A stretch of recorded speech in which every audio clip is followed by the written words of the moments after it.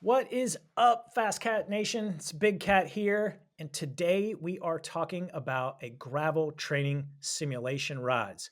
We're going to get into duration and intensity, nutrition, and even equipment strategies.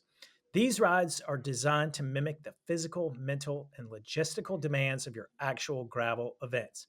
And so, in this podcast, we're going to explore the ideal duration and intensity for these rides, as well as effective nutrition and equipment strategies to ensure optimal performance.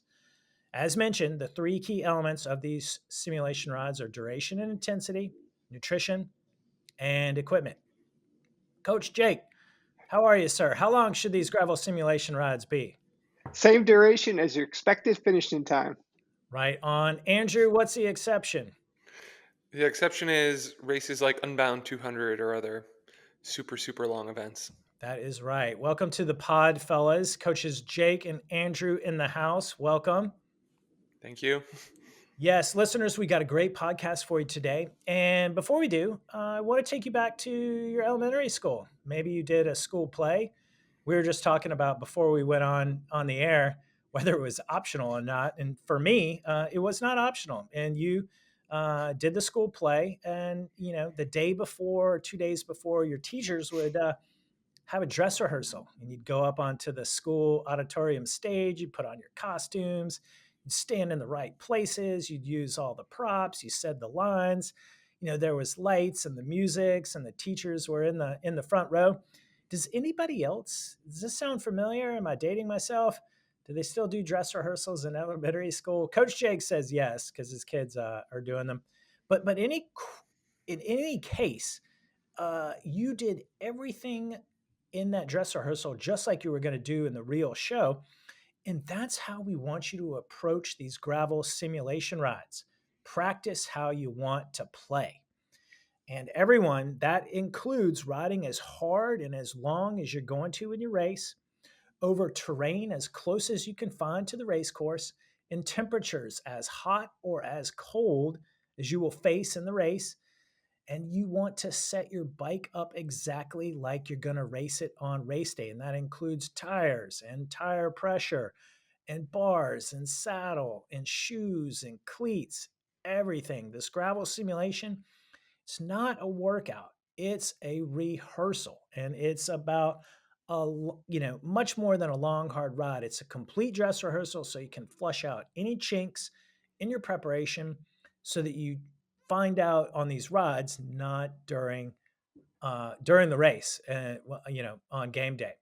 So we're really looking forward to talking with you about that today. But first, I want to give everyone an announcement. So before we dive in, I want to give a quick plug to Coaches Andrew and Coaches Jake, and when you hire a coach, and also a quick plug for CoachCat, our training subscription here at FasCat.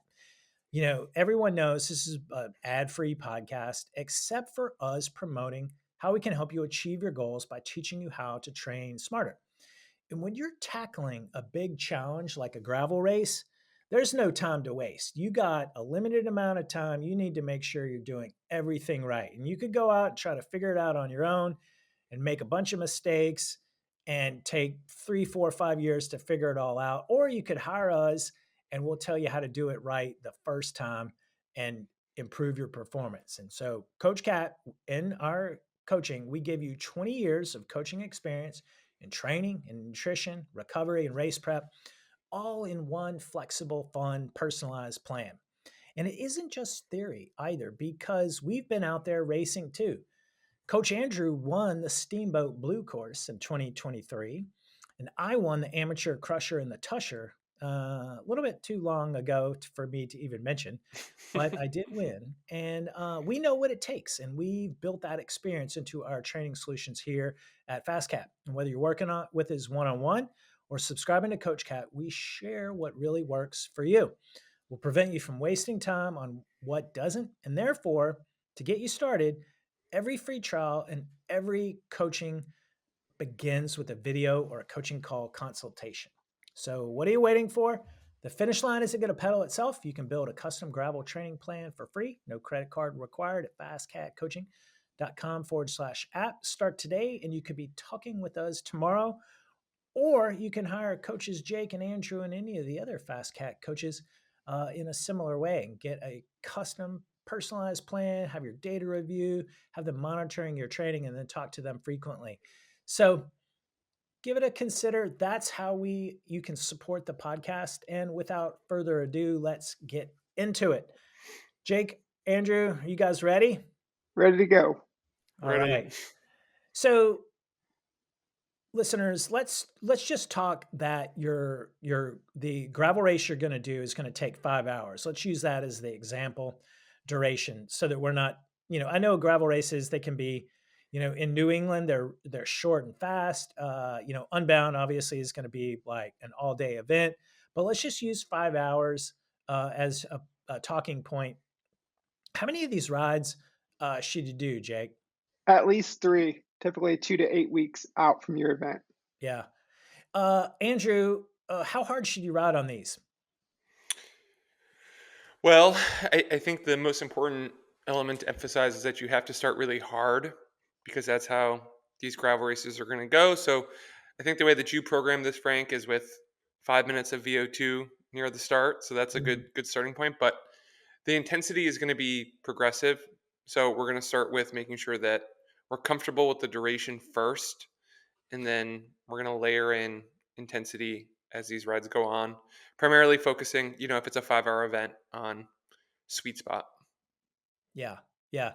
So everyone, longtime loyal listeners will maybe remember the podcast Andrew and I did. I think it was May of 2024, so a little over a year ago, a little less than a year ago, and we talked about how you're not riding hard enough, and we introduced a new gravel power workout where it's structured in a conceptual way. So you warm up much like you would on a gravel race, and then at some point when the race starts, the hammer goes down. And so in this workout, you do a 5 minute VO2 max workout, 5 minute VO2 max interval, followed by a 10-minute threshold effort, followed by 3 hours of sweet spot. Yes, that's right, 3 hours. And the concept part of this workout comes from you just want to try to hold sweet spot as long as you can. And then when you can't, you need to default into zone 2 and keep going. That's the whole point. That's how a gravel race goes. Super hard at the start. Everyone gets dropped except for the lead group. And then you just dig in and you diesel as long as you can. And finding a group is obviously the holy grail. And we'll talk about that a little. So, in summary, we're talking about three gravel simulation rides. The first one being the duration of the event, zones 2, 3, doesn't really matter. Just focus on that duration. The second one should be at a sweet spot tempo pace. And then the third and final one, the kind of the last rehearsal, should really use the concept of this gravel power workout with intensity to start and then ride it at your race pace for the duration of your A race. And you want to do these races, do these rides 2 to 8 weeks prior to your A event.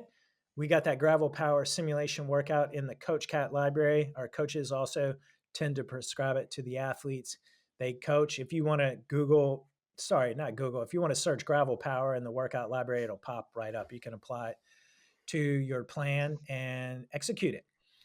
Uh, Andrew, Jake, let's talk a little bit about the terrain, the heat, the time of the day, and using B and C practice races. Andrew, talk to us a little bit about terrain and how you have your athletes do their simulation rides. Yeah, you want to choose terrain for a simulation ride that's going to be specific to your event. So if you're doing Crusher and the Tusher, ideally we're doing your simulation ride on super hilly terrain. On the flip side, if you're doing Barry Roubaix or the Cowpie Classic, like these are flatter courses and you want to choose a flatter course. So, um, if I have one of my athletes signed up for one of these events, I'm going to go and I'm going to look at what the stats are for distance and elevation gain. And then I'm going to build out a simulation ride for them that is similar in nature. Um, and I think a very important thing to mention would be, we're talking about doing, let's say, 3 hours of sweet spot within one of these simulation rides, right? That's the way that is paced is going to look different depending on the profile. I think that's like a really important thing to Yeah. remember. Like we have to pace for speed, and we're averaging sweet spot. Like when we Yep. look at that kind of middle duration of that ride, the normalized power should theoretically be right around sweet spot, right? But that doesn't mean that you're necessarily just sitting at 280 watts for 3 hours straight, unless that's what your gravel event is like. Yeah. Yeah. Which may be the case for like a Barry Roubaix. But for like, remember when we did the BWR Asheville, there's Hmm. sustained periods of time where you're descending and you're not going to be doing Right. any sweet spot there. But in between, you're probably sweet spotting to get to the next climb. And you may At be, least. yeah, at least you may be even dipping up into threshold as you actually do the climb. Uh, Maybe if your durability is good, you may be able to like push threshold or VO2 max watts on the shorter stuff. The that's when that's why we say we use it's a concept workout, and I think Andrew made a really good point. Focus on your speed as well. Coach Jake, what about heat and time of the day? What time of day do you have your athletes do do these rides? Yeah, so typically we try to have these simulation rides done at the same time of day that you'll start your race at. So like Barrier Bay this week is 10 a.m. So that's not a big deal because you can get up at a normal time you probably do during the week, have a normal breakfast, go race. Some of these rides will start at 6 a.m., 7 a.m. So you're going to want to prepare for that early start. What's your meal plan situation? Are you just eating dinner the night before and a light breakfast? Or what time are you going to eat that breakfast? What time are you going to get up? So we try to simulate that as well. So like starting at that 7 a.m. And then same thing with the heat thing. It's like if you do start at 10 a.m., like you're going to be racing until 12, 1, 2 p.m. in the afternoon. Like it's probably pretty warm if this is, June, July, August. So you want to get adapted to, riding these efforts in the heat and get used to that and get that heat adaptation in. Which I mean, I think that's a podcast Ricky and Andrew had did. So there's Yeah. ways around that if this is your first event. Like Unbound tends to be like everybody's first hot event, so you definitely want to try to be prepared for that. Your first event in the heat. So yeah, we try to talk about starting these simulation rides at the same time uh, as your race will start. Yeah.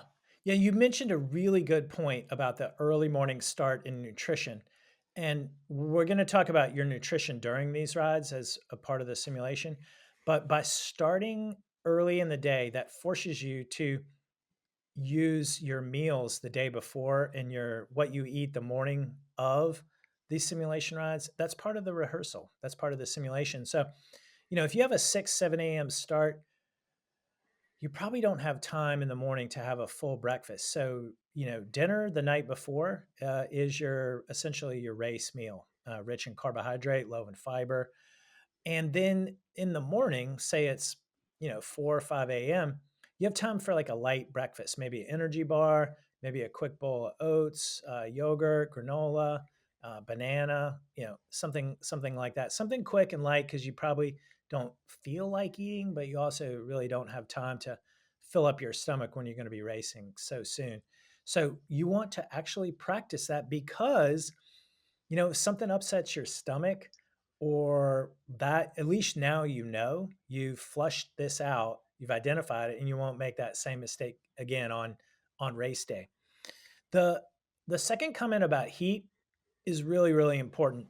A lot of these races, they get extremely hot. Like using Crusher and the Tusher as an example, the call to crush, we're talking, I have the power files where you can look at the temperature and you go through the Sarlacc pit where before the final hour climb and the temperature, it goes from like 88, low 90s to over 100 when you go through that pit.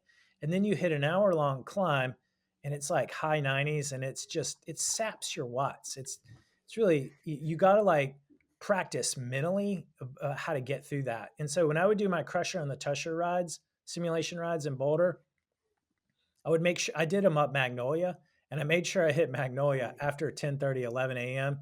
And it was I'm really glad I did it, but it was really hot going up there and it's steep and you just have to grind it up, and it was good physical and mental practice. And another thing that I got the idea from, or another athlete. So long ago, in Boulder, Craig Alexander, Ironman world champion, Kona, he would run between Boulder and Lyons on Highway 36 in the afternoon in July, where it's, you know, greater than 95 degrees. It's a dry heat. And the word on the street is he was doing that to simulate the Queen Highway and how hot it was going to be. He was the only one out there running that time of day, but I mean, he won. So I think he was on to something. So anyway, everyone, I think you get what we're talking about. These simulation rides are truly a dress rehearsal for game day. And you want to practice how you want to play.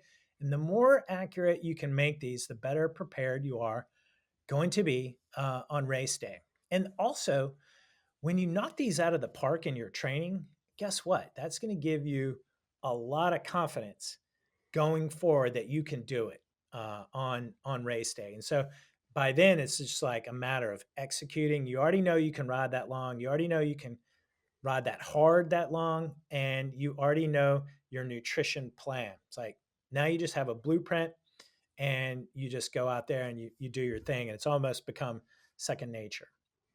So let's move on to nutrition really quick. But first, I want to give everyone a couple of caveats. So these rides are mental. And when you conquer them mentally, they'll build your mental strength, they'll build your resilience. And that's what it takes to do well in a gravel race. I mentioned earlier, when you do that long sweet spot, and I use the phrase sweet spot as long and as much as you can. And then after that, default into zone two. The reason why you want to get to that point in your training is because that's called, you want to generate that fatigue and then experience it and then have to keep going. Everyone gets wicked tired in these races. Everyone, even the winner. And the folks that do well are the ones that keep going. The athletes that don't, for whatever reason, the ones that slow down or the ones that quit, they probably got to a point in their training where they've never been before and they get scared or they just give up. And you want to actually get to that place during these rides. That's why you do it. And so this is the middle part because you're doing this at home. You don't have a number on your back. There's nothing at stake. It's really easy to pack it in and just say, "Oh, I'll try again some other day." But that's the whole point. Don't do that. And I think it's important to know, like, that first simulation ride is going to feel harder than the second one, which is going to feel harder than the third because you're training and you're getting better each time. But also at the same time, like on that last simulation ride, you're not tapering into these. You're training through these to get better and better and better. So you are going to be fatigued going into it more than so than the race day. So the training is going to be super hard and mental, which is great because you build up that tolerance and the ability to keep going. But on race day, with a proper taper, proper training plan, proper rest, you're going to go into that event feeling even better than you did for that simulation ride.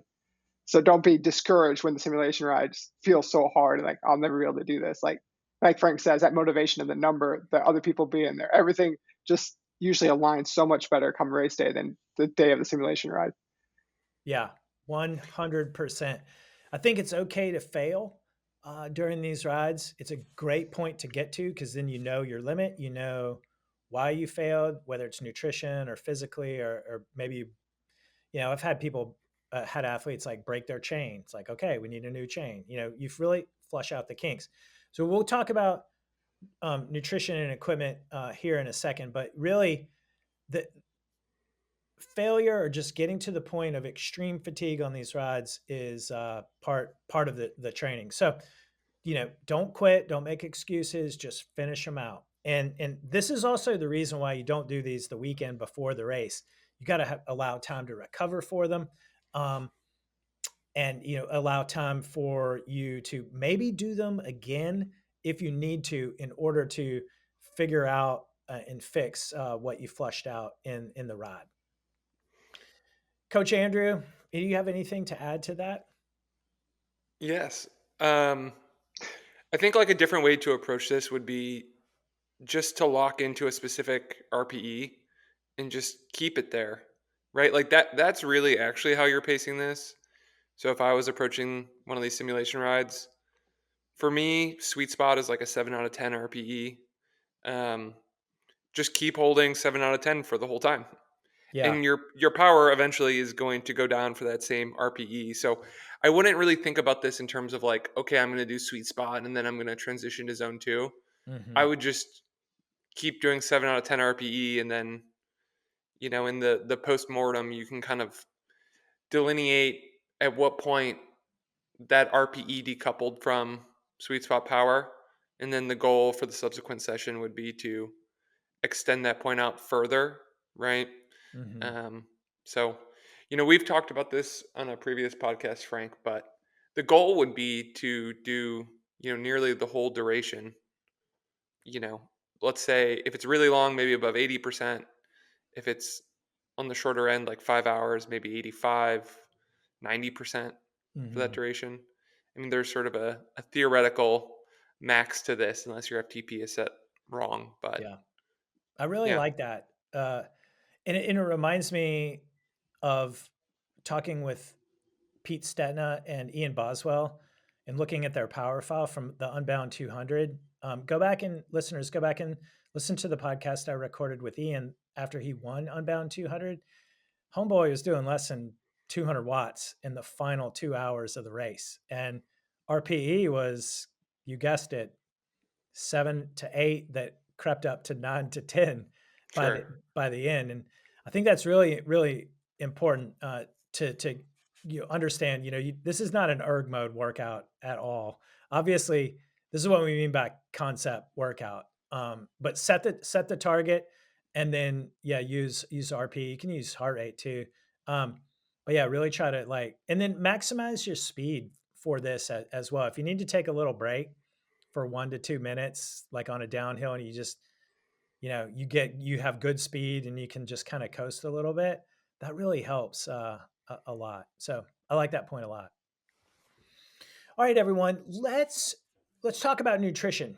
Um, Jake, how do you set up nutrition for these rides?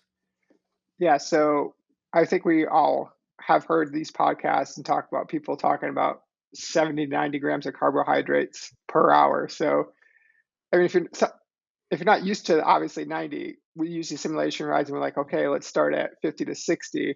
And over the course of the next 6 to 8 weeks, we're going to try to work up to that and make sure your stomach can handle that many carbs and digest it and use it for fuel.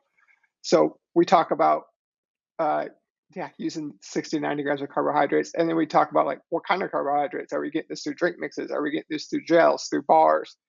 And whatever nutrition you're going to use, we need to use it in the simulation. So, and even some of these events, you kind of look into the sponsors of these events and what they have at these aid stations. If that's what you're going to use come the race day, you're going to take advantage of these aid stations. You're like, okay, what's the sponsor of this event? That's the Hmm. nutrition you need to be using for 8 to 12 weeks beforehand. So That's you're right. used to that. You don't want to be using one product and switch over race day. That'll be a failure. So again, dress rehearsal. What are we using race day? Use that same brand. Are we using bottles? Are we using hydration packs? A lot of times, and when we're using hydration packs, how much is in there, how we know how much we're actually getting. So taking a drink every 10 to 15 minutes, like getting used to that. So yeah, it's a whole plan of and then are we aid stations? How are we filling up with bottles? And just practicing that. Are we, if you plan, we talked about this, I think on our work call yesterday is if we had a loop, we did like 2 loops, each were 3 hours, and we stopped by home and we have a cooler out by the driveway with our stuff and just like an aid station, pulling in, filling up what you got to go and get going right again. So practicing these things on these simulation rides. Yes, I have had athletes stash jugs of water in the woods so that they could tap into that, like in the fourth hour of one of these simulation rides. But other ideas are looping back to your house, or if you drive to where you're doing the simulation ride, coming back to your car, and bottles are pre-made and your food is pre-made, just like you would at an aid station. Yeah. How do y'all do it over there in Western North Carolina, Andrew? Well, so I take it a step further than Jake described, and this is something that I've only kind of just started really playing with, but I think it can make a big difference. Is not just considering carbohydrates per hour, but considering osmolality and making sure that you're kind of near isotonic for your carbohydrate to water concentration. So, you can't just be out there drinking syrup. Like, I think intuitively everyone knows this, right? Like, that would be bad. You wouldn't feel well. So, um, like, the more sophisticated approach is that you're doing some concentration in your bottles and then you're supplementing with gels or, chews. You don't want bars that have like fiber and other junk in it because that's not going to help. Mm-mm. So that is like an additional layer to this. For me personally, I would be going higher than 90 grams an hour. I think it depends on your sort of expenditure and what you're used to, but I've been doing high carb for a while. So if you're like me and you've sort of worked up to this, I want to be closer to like, you know, 110, 120. That's something to work towards gradually over time. And then the other layer is going to be um, monitoring sodium intake as well. So, I had a training tip that I recorded for Instagram the other day, and I talked about getting your sweat test done to figure Yeah. out your Yeah. sodium concentration, Hmm. your water loss. Um, these carbohydrate products, like any of the high carb mixers out there, they actually have relatively low sodium Hmm. because they're sort of like a one size fits all solution. So what I've been doing is I take a carbohydrate drink mix and then I add in hydration drink mix on top of that to dial in the exact kind of ratio that I want. And I don't. Um, some athletes like having like I'm gonna have one bottle that's just pure water and one bottle that's this drink mix. No, I don't like that. It's just my hydration pack, my bottles. They're all the exact right combination, Yeah. and so I just drink those. It's super easy to monitor. Yeah. So last week, Coach Elliott recorded a podcast with Bill Armstrong, the CEO of Never Second, who is a partner of ours. You can get your discount on Never Second in the partners discount section of the CoachCat app. And one of the things that I like about the Never Second system, so they call it C30 or P30, C30. So what that means is one gel has 30 grams of carbohydrate. So if you're going for 90 grams of carbohydrate per hour and you're going to go all gel, that's 3 gels every 20 minutes for 5 hours. That would be 3 times 5, that'd be 15 gels. You could do that. You could have water in your bottles or you could put sodium in there. Um, Never Second does have a sodium uh, additive where you can dump that into your bottles in addition to the carbohydrate drink mix. They have a P90 formulation I really like. And I used that in the Uber Pretzel 2 weeks ago, Jake. I used one bottle with P90, which is 90 grams of carbohydrate for the first hour. And then I went over to gels. I do not, I have not had success with solid food during these races. You're breathing too hard, and your mouth is really dry in order to chew and swallow. But back to the P90 solution, or sorry, the P30, sorry, the C30 solution with Never Second. So you can mix and match. You can do 2 scoops in your bottle for 60 grams of carbohydrate, and then one gel. So you have one bottle, one gel per hour, 90 grams. That is what I did for the Uber Pretzel. It worked really, really well. Now that when you're racing and you got two on your back, I'm sorry, 2 bottles on your frame, you're gonna, need something in the third hour. But you can calculate that out with a hydration pack. What I've noticed coaching athletes over the years, everyone's got a plan until they drink all their hydration pack, 100 ounces. If you're a heavy drinker like me, not alcohol, I'm talking about like your hydration pack, you're gone in like 2.5, 3 hours. So you need a refill, and you can have a friend or, a spouse in the feed zone or the aid station with a second bladder. You pull out your first, you put in that one, keep on chugging. But I do like the C30 system. It's really, really nice, simple, lot of, brain damage saved on trying to figure it out. And I can really just keep on track by doing one gel and one bottle per hour. Sometimes you can go 2 gels per hour if you get behind plus a bottle, things like that. One other concept I want to talk with you about to do, the bottle and the gels for 5 hours or more. Say you're doing BWR and your projected time is 8 hours. You're going to do an 8 hour simulation ride. That's a lot of gels. Your stomach may start to revolt later on in the middle or towards the end of the ride. You may feel a craving for whole food, solid food. Probably going to get that at the aid station unless you carry it on your bike. You can, nowadays with the bento boxes and the frame packs, it's much more available. But this brings up the concept of one-handed nutrition and two-handed nutrition. So one-handed, easy gel, reach back in your pocket or dip into your bento box or whatever, and you know you can consume it with a packaged food that's in the wrapper or something you need to peel off. You got that may take two hands, and if you're not skilled at taking two hands off the bar, or the course is technical enough that you can't take two hands off the bar, you're going to either need to take two hands off the bar, risk crashing, or put a foot down, which you're losing time, you're losing the group you're with, or you're trying to wrestle the package open with your mouth one-handed. Well, then that's never really going to be successful. So think through that. Rice cakes are wonderful, but that's two-handed nutrition, and they're really, difficult. If you do plan on stopping at an aid station because you're filling up bottles, use that opportunity also to have your two-handed nutrition product before you get going again. Andrew, you were going to say something. Just cut the tops off, Frank. Like if you have Yeah, bars, you just cut the thing open and then you can just slide it out. It works great. But totally. That's how I point And do the taken. my and the do other thing is, gels. the other The thing is like too, when you look at the course, you're always like, where are the spots on course I can do this two-handed nutrition? Like, Yeah, oh, here's a paved section at mile 40. Okay, I need to take that here. Mile 70 is another spot, and just being prepared like that way, knowing yeah, those spots on course where I can do those.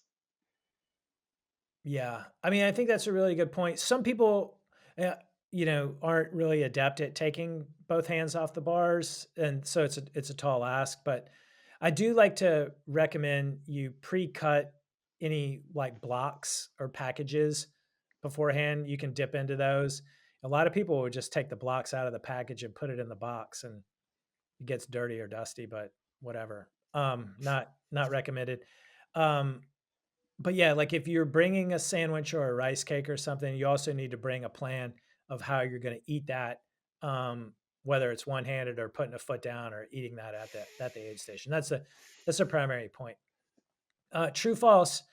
When you get to the aid station and they have Skittles in a goldfish bowl, what do you do? That's not true false, but what do you do, Jake? Ignore it. Yeah, by and large. What about if they have like something really yummy that you know that looks very enticing in the moment, Andrew?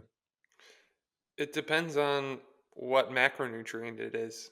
I Yeah. mean, I think it really just depends, right? If it's Skittles, like you can eat freaking as many Skittles as you want. It's like that's not going to hurt you. It's totally fine as long as like this is not your first time trying Skittles. I think Hmm. it's okay. Yeah. But I did this. It was like a 7 hour mountain bike race, and at one of the later aid stations, they had quesadillas, like Oh, hot quesadillas, yeah. like and it was raining that day. It was like a miserable day. It's like you're cold. You've just been eating, sugar water for the past 6 hours. Yeah, I wanted the quesadilla. But you know what? A quesadilla is like not appropriate. Right. Um, if it's like a 12-hour event, 15-hour event, something like that, where you're Mm, truly just riding zone two, yeah, maybe you can have the Dilla. But yeah. I would say if you're racing, like if you really want to do well, you cannot have the quesadilla. Man, you're fun sponge over there. But Andrew's Sorry. right, everyone. Yeah. Yeah. I mean, this is like, do you have the whiskey shot? No. Unless you're out there just trying to have fun. The bacon or you know, the whatever the cookies or something like that. The point is also if you're doing your simulation ride, but you do want to eat that type of food, maybe you try it, and that's part of your nutrition plan and it all works out and well, then you can use it on race day. This also probably goes into finding out what options are in the aid stations. Per Jake's point Um, earlier. I've had athletes in the past tell me like, oh well, I'm built different. Like I've been eating quesadillas in bike races for years. It works great for me. It's like no, that's just wrong. Like it's just not that's not true. I mean, it might make your stomach feel sort of settled. Like sometimes it's good to have something that is salty if you haven't been getting enough sodium, or just something to kind of fill up your stomach. Mhm. Maybe like you have like a turkey sandwich or something. But the important thing is that protein and that fat, it's probably not contributing towards energy in this setting. I mean, it's pretty specific, but if the intensity is high enough, you physically cannot like turn turn fat into energy, Yeah. right? It depends on the intensity, but there's some like pretty specific stuff happening there metabolically. I think we can metabolize medium chain triglycerides, but a lot of the dietary fats we would get are not medium chain triglycerides. Yeah. Like it's yeah, and the protein definitely not. I mean, it's like it would have to Yeah. be, I think, just converted to glucose in the liver. All of that, the point is, all that food is just going to sit in your stomach, undigested, ready to come back out the same way it came down. That's the point, and you don't want that. So you generally stick with carbohydrate primarily. If I go to an aid station, the things that I look for are like a little Coca Cola, which is wonderful, and then banana. That's I, I love Mm. bananas on training rides. I'll bring them on my simulation rides. They're really hard to bring in a race because they get so squishy. But a lot of aid stations really tend to have banana. And it's wonderful carbohydrate, relatively high glycemic index. It gets into your bloodstream pretty fast, and yeah, it's really benign. It's like that. But yeah, so that's kind of like your nutrition plan. I think when you do your simulation rides, the thing to really pay attention to is that fourth and the fifth hour. That's when you get off schedule. That's when your gut starts to do, funny things because you're not used to eating that many gels. That's when fatigue kicks in and you kind of lose track of how much you've been eating. You come off your schedule. A lot of times, that's why I like the every 20-minute rule. We recorded a podcast, like I think our second podcast ever in 2019 was gels, blocks, bars every 20 minutes, every 30 minutes. That's what it was. Nowadays, it's come along, and we've just talked about not doing bars. But I think if you're eating and drinking every 20 minutes, that's kind of the frequency you want to think of, and then find a way to stay on schedule. Another thing you can do, which I did during the Uber pretzel ride, Jake, I mean, you lay it all out, and I laid it all out the night before. And you do that when you go to your gravel race, and I'll get do like, gels in the left hand pocket, blocks on the right hand pocket, but I've already factored in and calculated 90 grams per hour times 5. Where does that go? Back pockets, you know, frame box, everything. And so you kind of like, it helps you keep on track so that you can make sure you're finishing all of that. And if you're putting the wrappers back in your pockets after the race, after the training ride, you can basically see how you did. Did you eat all your nutrition? Did you leave some on the table? And then you fell behind. So that's kind of how I would recommend you approach your nutrition for these rides. Right on. So everyone, let's now shift over to equipment. And this is really important. This is another very, very important thing. So you don't want to do your gravel simulation ride on your road bike. You don't want to do it on your indoor trainer. Like we called the Uber pretzel ride we did 2 weeks ago a gravel simulation, and it was partially. We were able to mimic the nutrition, we were able to mimic the pace, the terrain, the duration, the intensity. We were not able to mimic the equipment, and so the thing that I talk with athletes. First of all, do it on your gravel bike, obviously. Use the same tires you're going to use on race day. If you're running tubeless, same tire pressure, um, everything like that.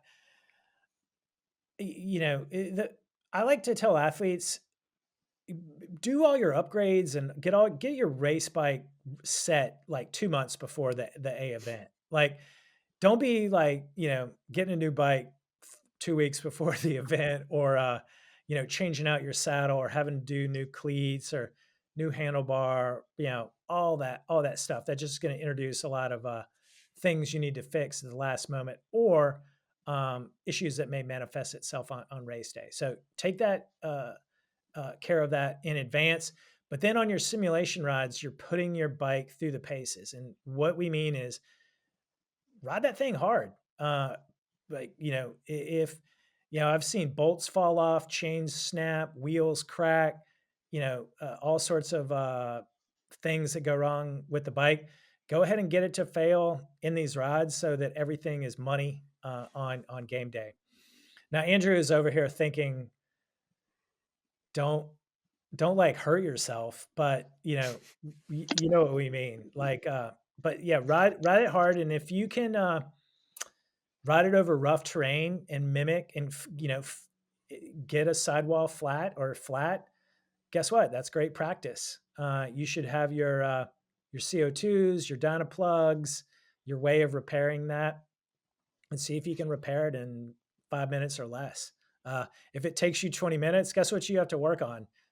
Before your race, you have to work on repairing your tire. That's winning in the garage. But Jake, what other equipment recommendations do you have athletes do for these simulation rides? Yeah, like what you talked about is like not being on your road bike, but also trying not to be on the road. So Yeah. get on the gravel, get off road. Even if you have to drive an hour or two to get to a course that's mostly gravel, it's a lot different riding gravel than road. Like it takes different kind of effort. Your position on your bike, taking corners, just feeling all that out on the bike. So yeah, I think the saying is ride what you brought. So run what you brought. So yeah, put like Frank says, get your bike together, same tires, same tire pressure. And if and again, this goes back to when do we do these simulation rides? Like you want 3 or 4 weeks before, so that way in case something does break, something doesn't feel right, maybe your bag kind of jiggles loose, or you need a different bag setup, or something different. This way, like you have time to fix that and repeat that simulation ride again in a week or two. Like so, yeah, just figuring out those little kinks. Like, does my knees hit my handlebar bag when I stand up? Is that annoying? Is that going to be annoying after 6 hours? Little things like that start to Mhm. add up. Like, are the Velcro straps on the top tube bag? Is that rubbing my thighs? Like, you just all these little things add up. So, like, that's why we say put your bags on the bike like you're going to race day. Put your hydration pack on. Tire everything just exactly the same. That way, you know what's going to work and not going to work for you. Yeah, I like that. How about you, Andrew?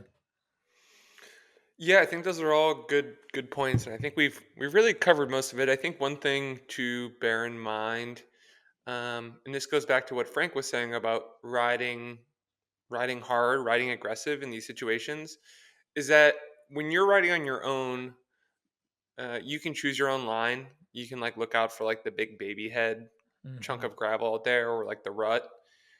Like people don't flat in gravel races choosing their own line. They flat because there's freaking dust everywhere and they're like sitting on the wheel and you have no idea that that rut is there. Like you need Yeah. to be prepared for like smashing into some junk. Um like for real, like it's just Totally. nobody's out there like calculating the perfect line and then flatting. I mean, they're Yeah. flatting because there's 40 guys in front of them Yeah. and there's dust everywhere. Like I said, you can't see anything. So, Yeah. um, yeah, be prepared for that. I would say like also try and get some insight into like the specific conditions of the course and then match your tires for this. So all gravel is not the same, right? At Steamboat they talk about champagne gravel, Mhm. which means, like little nice gravel. The gravel that's in Boulder is not even gravel. It's We like call dirt. that Like we don't Gucci gravel, by the way. yeah, we don't even call that gravel in North Carolina. That's just Yeah, called dirt. yeah. The gravel here in Western North Carolina is super chunky. Mhm. It's like a different variety. Um, Moisture, of course, matters. I mean, like the tire tread that I would run on a muddy course is totally different than the moisture or I'm sorry, the tread I would run on a totally dry course. So you need to do like some historical review of like what the weather has been in the Mhm. past, and just try and get a Yeah. sense of this. Like watch some YouTube videos and stuff like that. I really don't think you should be running just like the same exact tire year round at every single course. Um, However, the one benefit to doing this is that you learn how that tire corners and how it Mhm. rides, and you have really good insight into what pressures work, because the pressure I'd run in a 2.2 Race King is just different than the pressure I'd run in like a 40 millimeter Rambler. I mean, like the casings are different, the size is different. I mean, it's just all completely different. Um, and the last thing I'll mention is if you are prone to flatting, like if you're a bigger or a clumsier individual, if you have a bike fit where you have a lot of weight on the rear wheel, like your weight distribution is different, you might have a really high instance of flatting the rear tire. Um, Consider like Cushcore or like some variety of like tire liner.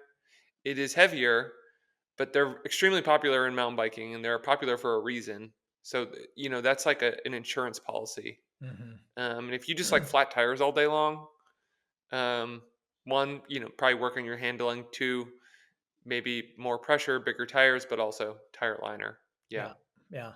That's a great point. It's better to concede 30 seconds due to heavier weight than to concede 10 minutes due to a flat, easily, hands down. Like it's like your insurance policy.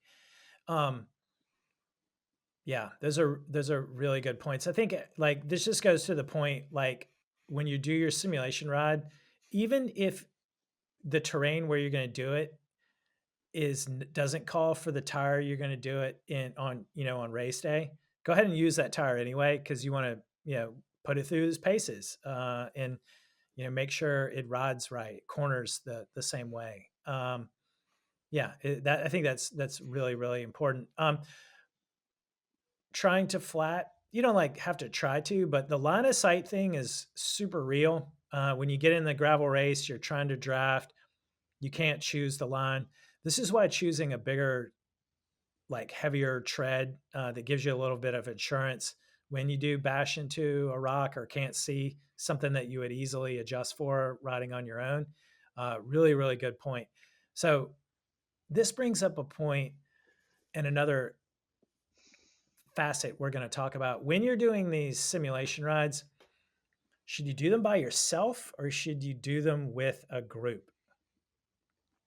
Depends on the type of group, but mostly probably by yourself. But if you can find like the best thing is like I have athletes that are doing the same races. They're a team. They're going to the same event. So like if you can get together with guys with the same ability that want to do the same hard ride, that's a simulation. That's great. But if this is like a social ride, they're going to stop after 2 hours at a gas station. It's like 20-minute stops. Yeah, you want to probably avoid that because that's not going to happen in your race. Like you're just undoing everything you just worked for. So it depends on the group, but most of the time, yeah, by yourself is good. But like as you guys have pointed out, like in a group on a pack on dirt roads, gravel roads, it's a lot different than a solo. It's like you can't see the lines. You have to Mhm. be prepared to have the bad line. How do I get through that line? How do I deal with the dust, the dirt in my face? How do I drink in a group? How do I eat in a group? Like, so yeah, it is good to at time to have those groups, but ideally you find people that are doing the same event, the same type of ride, if that's the route you're going to go. Yeah. If you don't have that, Andrew, if you don't have a like-minded training partner, or what is one solution to that? A training race. Yeah, yeah, yeah, yeah. Describe that. What should could you tell listeners how you'd use a like a B and a C training race for your gravel simulation ride? Yeah, totally. All the same principles still apply, and I would ideally pick a B event that's similar to my A event. I think it's okay if it's a little bit shorter or a little bit less hilly.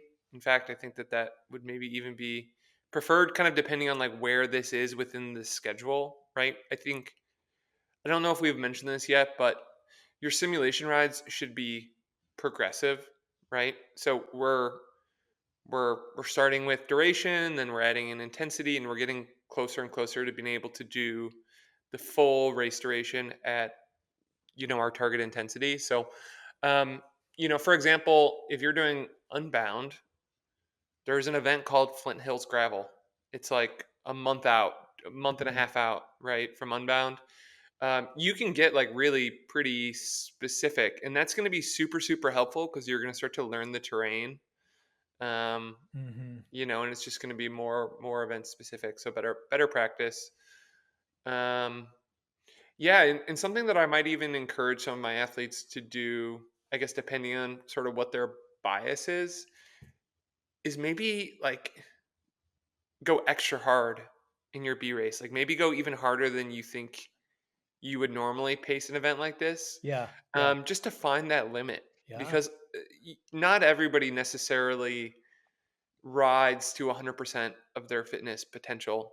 And so, the expression would be like, FAFO, F around and find out, right? Like go out and like go a little bit harder than you think you can go. And, Yeah. maybe you surprise yourself, That's right. right? Yeah. So, I like that. La- Basically, try to get in as good of a group as you can and dig deeper than maybe you think you should, just to find your limit. And you never know; it may pay off, and you have a great race, and then that becomes a confidence builder of how to approach your A race. I like that a lot. yeah, that's a big thing that we haven't mentioned yet is finding your group. I Hmm. mean, I think it just depends on what your goals are for these races, whether or not you've done them before, how deep is the field, but um, expending energy to find yourself with the right group is like a really kind of important skill, and Hmm. sometimes you have to um, go a little bit beyond what would be your solo pacing plan in exchange for making a group that you can cruise with for 50, 60, 70 miles. And I said to Frank and Jake before we started recording, I'm not alone in a gravel race. Like if I end up alone, things have gone wrong. Like I want to be drafting the whole day. I want to be working with a group because I'm going to go way faster, Yeah. right? Like y- nobody's going to beat me just on their own. I mean, Keegan, people like that, but generally speaking, a group is going to roll quicker. So you and need to have experience with that. Yeah. that's where that gravel workout Frank was mentioned earlier, and Andrew, with that 5 minutes of VO2 max start, that 10 Yeah. minutes of threshold holding that, because like you just got to hold on just a little bit longer usually than you want to, just to stay. Because I always tell people like you want to be drafted. You don't want to be pulling everybody because everybody else is slower than you. So you want to be one group better than you are. Like you want to be with people that are same or faster than you, so you can draft and get that free speed. So that's why we Hmm. talk about like you do that duration, do intensity, and then we're going to go something above what you can do, especially in the start of your simulation ride. Go that harder. So you could either do that through the race or the gravel workout that we talked about. It's Yeah. kind of like playing chicken. Like if you and I are in a gravel Yeah, race together, Jake, and I want to keep you out of my group, I'm like, exactly. I'm gonna ride so hard that Jake is like, this is too hard. I have to let go, and then I don't have to race with you Exactly. Yeah, that's what it is. Yeah. because I know you're strong. I want to keep you out of the group. Strategy. So a lot of road strategy, comes into play here. But I think also like the main point is when you're really trying to emulate what happens in a gravel race for your simulation rides, you can't mimic pack riding skills without doing a gravel race. Because I'm here to tell you, the first hour of a gravel race riding in the pack is terrifying. It's chaos, and you got to practice that. And the only way to practice is by doing a race. And so get out there and choose some B and C races. And I don't mean it's like terrifying. It's just like chaotic, and you have to like it's a real skill to be able to handle yourself in the pack. And I've seen many athletes underperform at gravel races because they're not adept at, they're like they're really, really strong. They're not good at drafting and riding in the pack. As a consequence, they may ride off to the side, they may ride off the back, they may ride in the front. They're not drafting. And that takes you a few hours, but when the, towards the end of these races, that really, really adds up. And the athletes that are good in their road pack handling skills and, just drafting, they're the ones that really shine towards the end of the race because they've conserved their energy in the beginning. But point is, group rides don't really mimic the start of a gravel race with in terms of pack riding skills. So go do some races. It's just a whole different beast, and it's really the only way to practice. We have our pro athletes doing practice races all the way down to just beginner athletes. Like, let's identify a beginner gravel race that you can go and do, get that under your belt so that when you hit your A race, it's not brand new. And it matters a ton because if you can draft, I mean, we're talking about the difference between 23, 24 miles an hour versus riding on your own 17, 18. And, it could be 30 minutes difference after 5 hours in terms of your finishing time, whether you were riding solo versus in a group. And Jake brought up a good point, and this is counter to what Andrew experiences in a race. Andrew,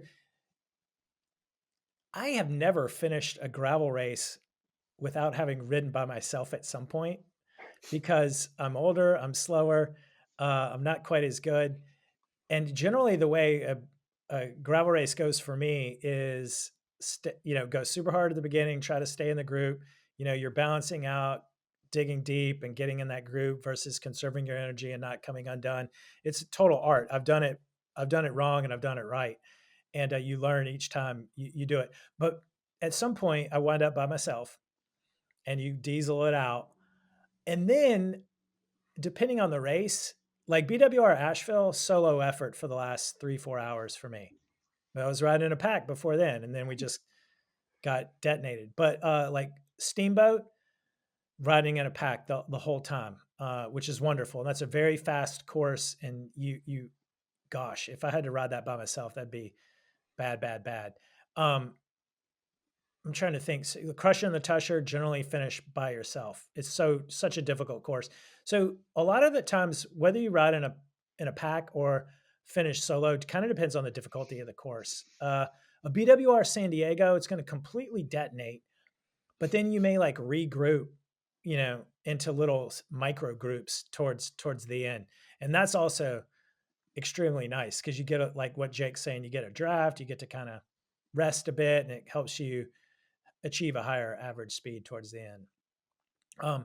So yeah, I would add B and C races to duration and intensity, nutrition, and equipment in order to do really good gravel training race simulation for your training this spring. Yeah. Anything else to add, fellas? No. Nope. I That's think it. that does pretty much cover it. I mean, we touched on the mental aspect of it. These events are probably going to be some of the hardest things you've ever done. That's what makes them so incredible because of this wonderful sense of accomplishment when you do finish them. But that behooves you to practice that mentally in these simulation rides. And and again, just to iterate, the important thing is knowing what type of event it is and the type of power demands. Because, like Andrew brought up to start with, your average intensity factor, whatever, may be in that zero 0.8 to zero 0.9 factor. But are we riding steady or are we not riding steady? Like he's talking about crushing Tusher, that's a pretty steady up, down, steady up.